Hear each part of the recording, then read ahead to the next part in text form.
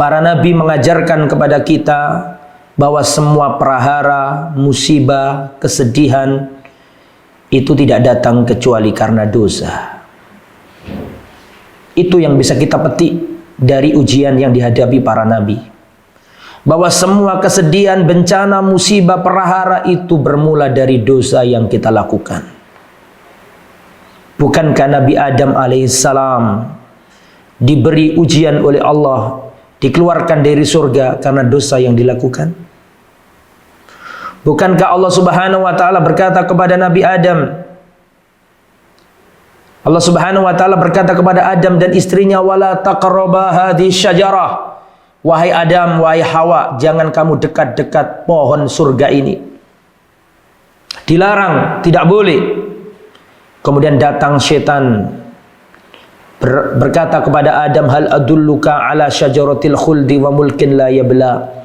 Wahai Adam, maukah kamu saya tunjukkan pohon keabadian? Kesalahan. Ketika Nabi Adam terjatuh pada kesalahan, maka Allah timpakan kedukaan kepada beliau.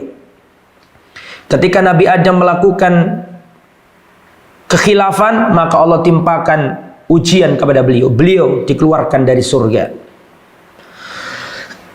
Di saat itulah Nabi Adam berduka.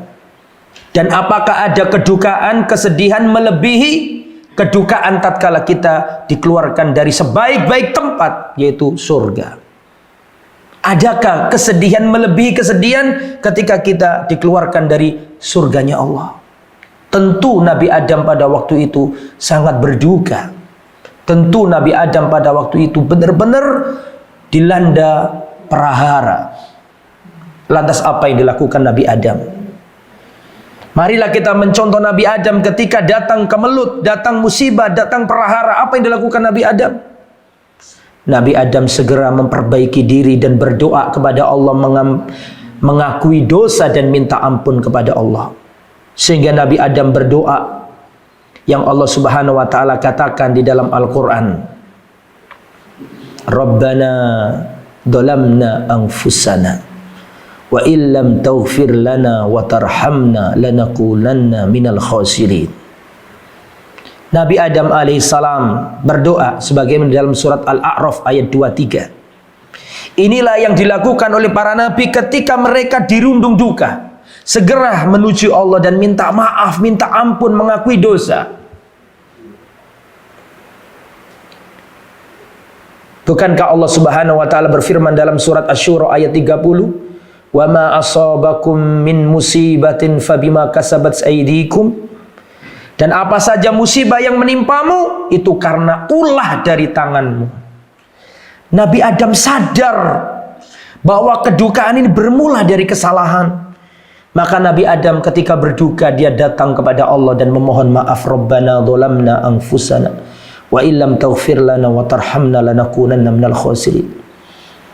Maka Sayyiduna Ali bin Abi Thalib mengatakan, ma nazala bala'un illa bidzanbin wa ma rufi'a bala'un illa bitaubatin.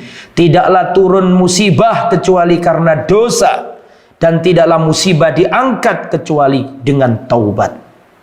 Maka Nabi Adam tahu, Nabi Adam paham bahwa obat dari kedukaan ini adalah mengakui dosa dan meminta maaf kepada Allah.